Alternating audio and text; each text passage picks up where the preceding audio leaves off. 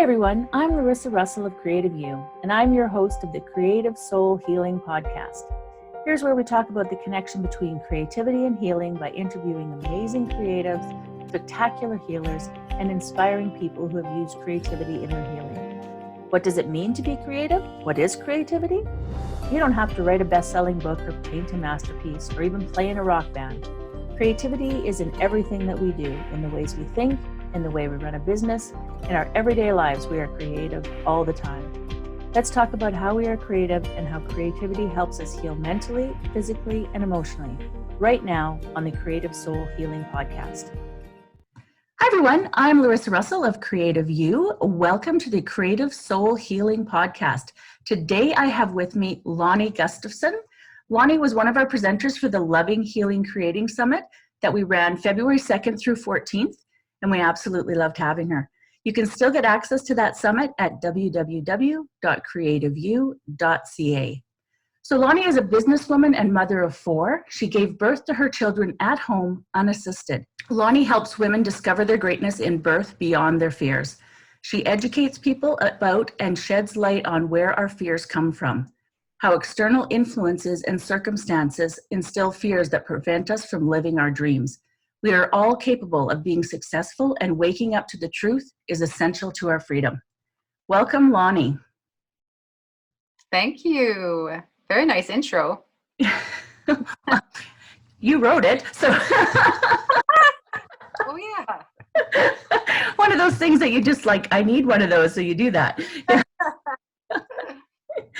Yeah. Lonnie, can you share some of your story and your path that's brought you here?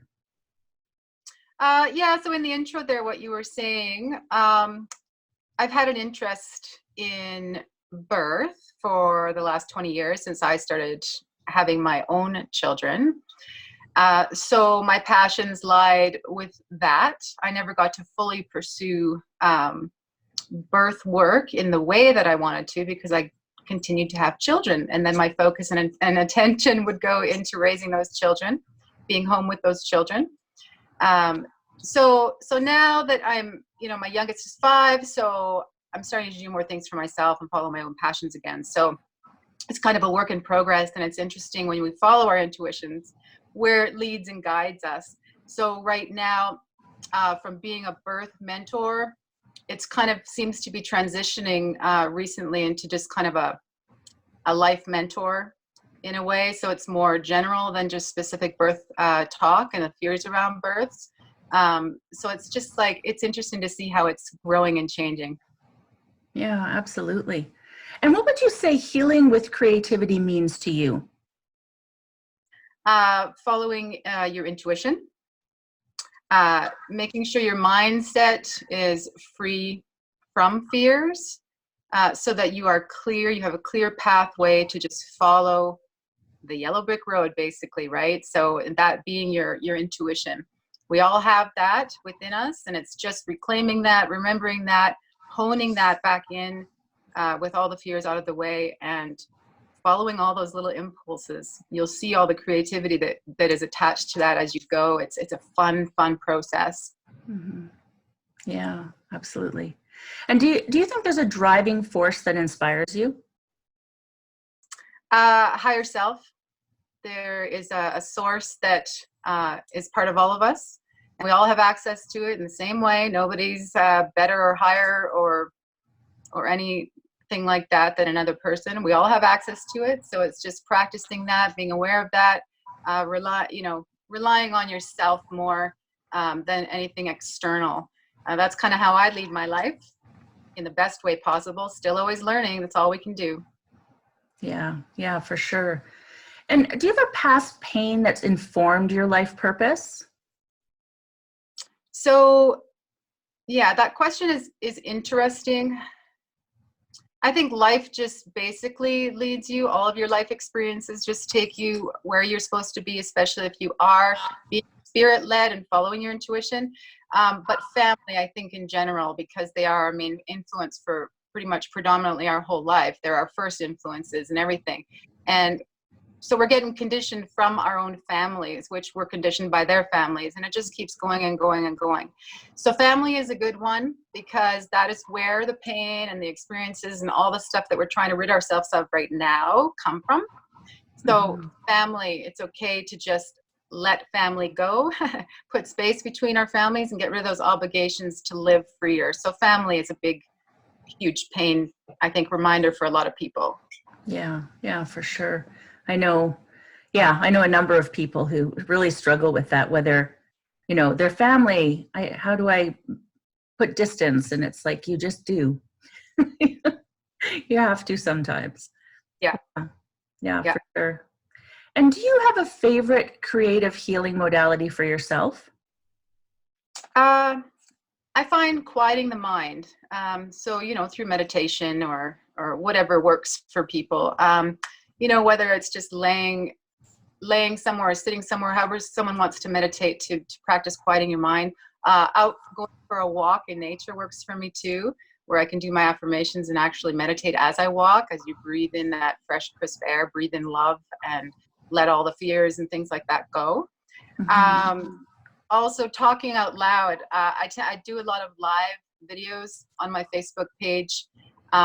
I find that just even for me, just going on there, whether anybody's watching or not, it's healing for myself, and it gives myself answers as I'm just, brainstorming as I'm talking. I usually don't start a Facebook Live with anything except for a topic.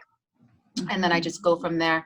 Same with journaling. It's the same thing as journaling. Once you start writing, you're just writing and you're writing and you're writing. You're kind of vomiting all your ideas out and you get answers from it. So it's the same thing. Talking out loud too works for me. Yeah, I love that.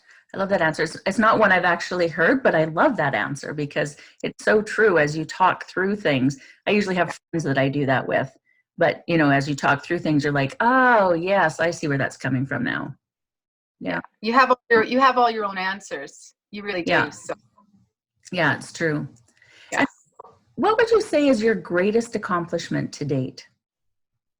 Hands down, birthing at home unassisted. Okay, so just going on pure basic instinct. And then the parenting decisions as well, same thing, based on pure instinct, whether to harm my children through genital cutting. For me, I'm very passionate about that. Things like vaccines and stuff. I know it's hot topics and stuff, but I'm just saying for me, those decisions were based on pure instinct. No research involved or required. Same with birthing, right? Yeah, that's very real. I can't even imagine in this day and age birthing alone. I mean, at home, I know a lot of people have done that, but alone, that's a lot of. You'd be surprised. You'd be surprised how many people are doing it. It's just not something you need to be sharing, and if it is shared, it's not something that's put out there for all of the world to see because. Again, we'll get into that in my podcast. That's amazing. So if you could change one aspect of our society through your work, what would it be? To remove fear from your mindset. Yeah. Okay. Rid yourself of those fears and doubts because they're only preventing you from taking those steps into living. The opposite of living is what? Dying. Yeah. And so what inspirational advice would you give to someone who's struggling?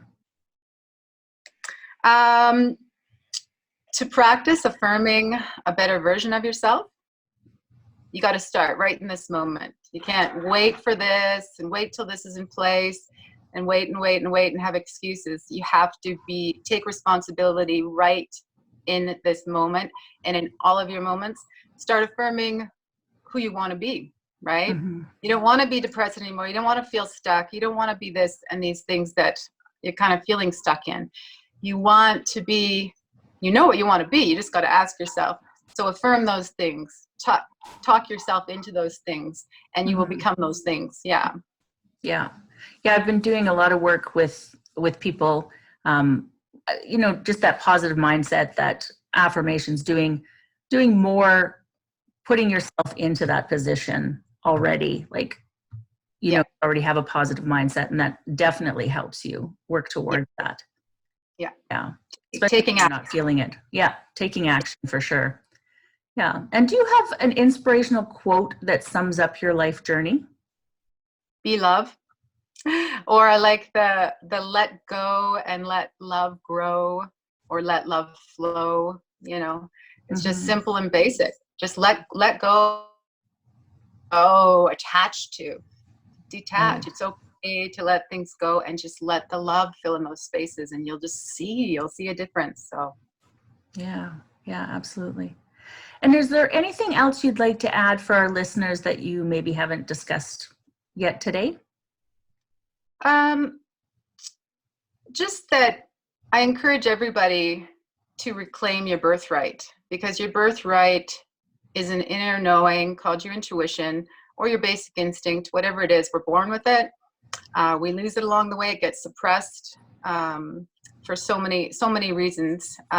So find that again. Do what you need to do to wade through it and get back to that space of living on pure instinct. And you will have a happy life. It is possible. It really is possible for anybody. Anybody. We're all the same. We all have access to the same sources and energies out there and love. So you can do it. Mm-hmm. Yeah. Oh, I love that. Well, I want to thank you so much for being here today. Thank you for having me. Yeah. And for our listeners, we will see you again next week. And in the meantime, I wish for you amazingly creative days. Yeah. Thank you. Thank you for listening in. Please remember to like, share, subscribe wherever you are watching or listening. You can find us at www.creativeyou.ca. That's www.creative and the letter U.ca, because we're in Canada reaching out to the whole world. See you next time on the Creative Soul Healing Podcast.